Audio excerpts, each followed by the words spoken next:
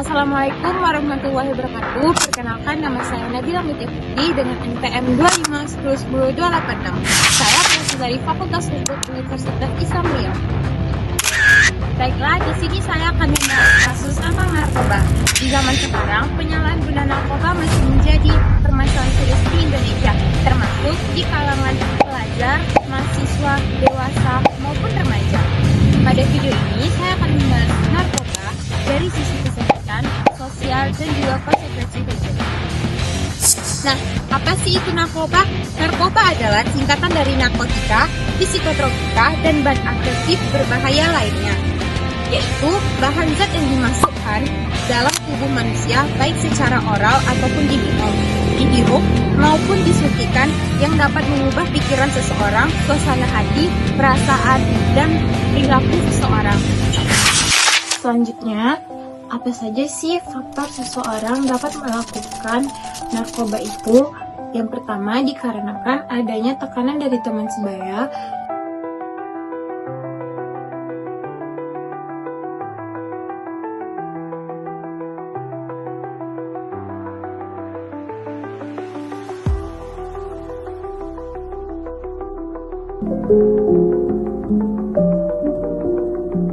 pelecehan fisik dan seksual.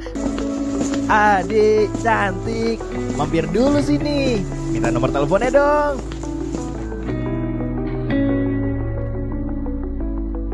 Paparan narkoba sejak dini, 57 warga negara asing yang telah ditetapkan tersangka kasus narkoba sepanjang tahun 2025 mengalami stres dan kurangnya bimbingan dari orang tua.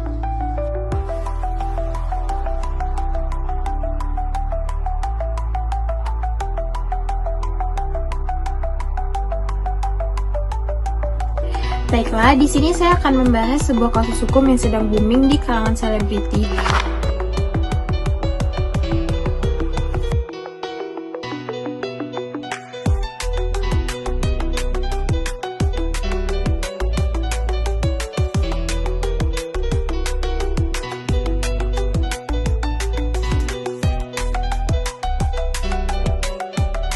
Yaitu tentang Amar Zoni yang mengedarkan narkoba dan juga menggunakan narkoba. Untuk ketiga kalinya, artis Amar Zoni terjerat kasus penyalahgunaan narkoba. Amar Zoni baru saja ditangkap polisi di sebuah apartemen di kawasan Serpong pada Selasa 12 Desember malam tadi. Belum diketahui barang bukti yang diamankan polisi dari tangan pesinetron tersebut. Amar pertama kali terjerat narkoba dan ditangkap polisi pada 7 Juli 2017 silam. Kala itu Amar ditangkap bersama adik dan 2 asistennya. Amar tertangkap tangan saat menggunakan ganja di rumahnya di kawasan Depok, Jawa Barat. Akibat perbuatannya, Amar didepak dari sinetron yang dibintanginya kala itu. Padahal sinetron tersebut tengah digandrungi oleh masyarakat. Amar menyatakan penyesalannya di hadapan sang ayah, bahkan sampai bersimpuh. Ia kemudian divonis 1 tahun penjara dan rehabilitasi. Kasus ini berawal dari Amar Zoni yang menerima sabu dari seseorang berinisial A, lalu menjual sabu tersebut dan mengedarkannya di dalam rutan. Dan Amar Zoni pun didakwa sebagai pemasok narkoba di rumah tahanan Salemba, Jakarta Pusat. Dakwaan itu dibacakan jaksa penuntut umum dalam sidang perdana di Pengadilan Negeri Jakarta Pusat pada hari Kamis 23 Oktober 2025. Dalam perkara ini, Amar Zoni menjadi terdakwa. Adapun terdakwa lainnya, ia adalah berinisial A, berinisial P, berinisial A, dan berinisial M. Lalu, jaksa mengatakan bahwa Amar Zoni menerima sabu dari seseorang berinisial A tersebut, lalu menjualnya. Kembali terjerat kasus narkoba. Polisi kembali menangkap Amar Zoni dengan barang bukti sabu dan ganja di sebuah apartemen di kawasan BSD.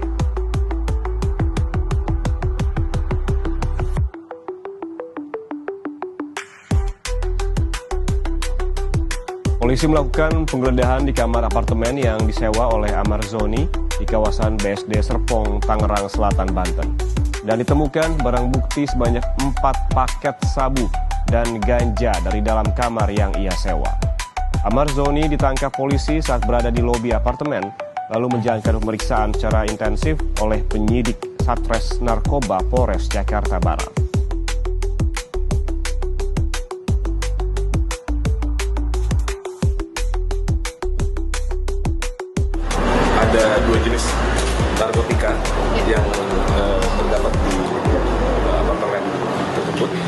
Dan sekarang kami sedang melakukan pemeriksaan untuk mengejar pemasok barang yang atau penyedia barang terhadap AZ ini. Maksud sabu atau apa? Barang buktinya ganja dengan sabu. Sebelum ditangkap untuk yang ketiga kalinya, Amar Zoni sudah 2 kali ditangkap dengan kasus narkoba. Pada tahun 2017, Amar Zoni ditangkap oleh Polres Jakarta Selatan terkait pemilikan ganja bersama asisten dan sopir pribadinya. Kemudian Amar Zoni ditangkap juga pada Maret 2023 oleh Polres Jakarta Selatan dengan barang bukti ganja dan baru saja dibebaskan dari penjara pada Oktober 2023 setelah divonis 7 bulan penjara. Karena hal ini, para terdakwa dan juga Amar Zoni diancam melanggar pasal 112 ayat 2 dan juga pasal 132 ayat 1 Undang-Undang Republik Indonesia Nomor 35 Tahun 2009 tentang narkotika.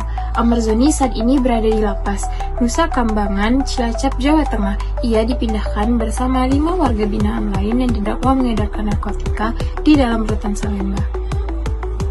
Dan hukum Indonesia juga membedakan secara jelas antara pengguna dan juga pencandu narkoba yang diarahkan untuk rehabilitas, yaitu di dalam pasal 127 Undang-Undang Narkotika, dan pengedar yang dikenakan sanksi pidana sangat berat. Hukum tentang narkoba di Indonesia diatur dalam beberapa landasan hukum utama. Beberapa landasan hukum lainnya yang relevan itu meliputi yang pertama, adanya Kitab Undang-Undang Hukum Pidana atau biasa disebut dengan KUHP, yaitu membuat tentang ketentuan-ketentuan terkait tindak pidana umum, termasuk yang bisa bersinggungan dengan kasus narkoba. Dan yang kedua, ada Undang-Undang Nomor 5 Tahun 1997 tentang psikotropika. Sebelum digabung ke dalam Undang-Undang Narkotika yang lebih baru, undang-undang ini secara khusus mengatur tentang psikotropika. Dan yang ketiga, ada Peraturan Pemerintahan dan Peraturan Kepala Badan Narkotika Nasional atau biasa dikenal dengan sebutan BNN. Aturan pelaksanaan yang lebih rinci mengenai pencegahan, pemberantasan, dan rehabilitas. Bagi keamanan, ekonomi, dan masa depan generasi muda Indonesia, negara kini menegaskan kembali tekadnya untuk tidak memberikan ruang bagi kejahatan narkotika dalam bentuk apapun, pemirsa.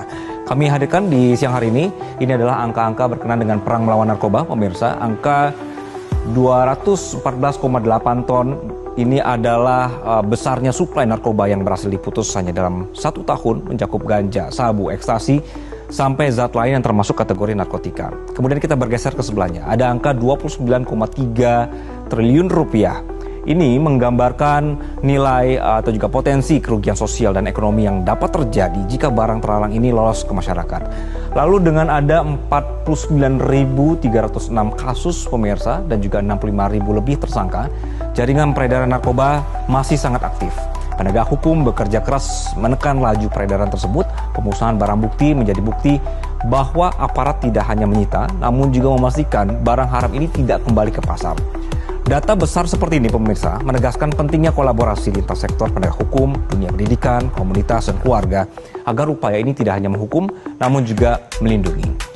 Nah, ancaman narkoba kini menyentuh langsung generasi muda. Ini data-datanya juga, pemirsa, dampak dahsyat dari narkoba yang menunjukkan 3,3 juta orang di Indonesia berada dalam lingkaran penyalahgunaan narkoba dengan dominasi usia muda sekali, 15-24 tahun, kelompok produktif, dan juga ini adalah harapan bangsa.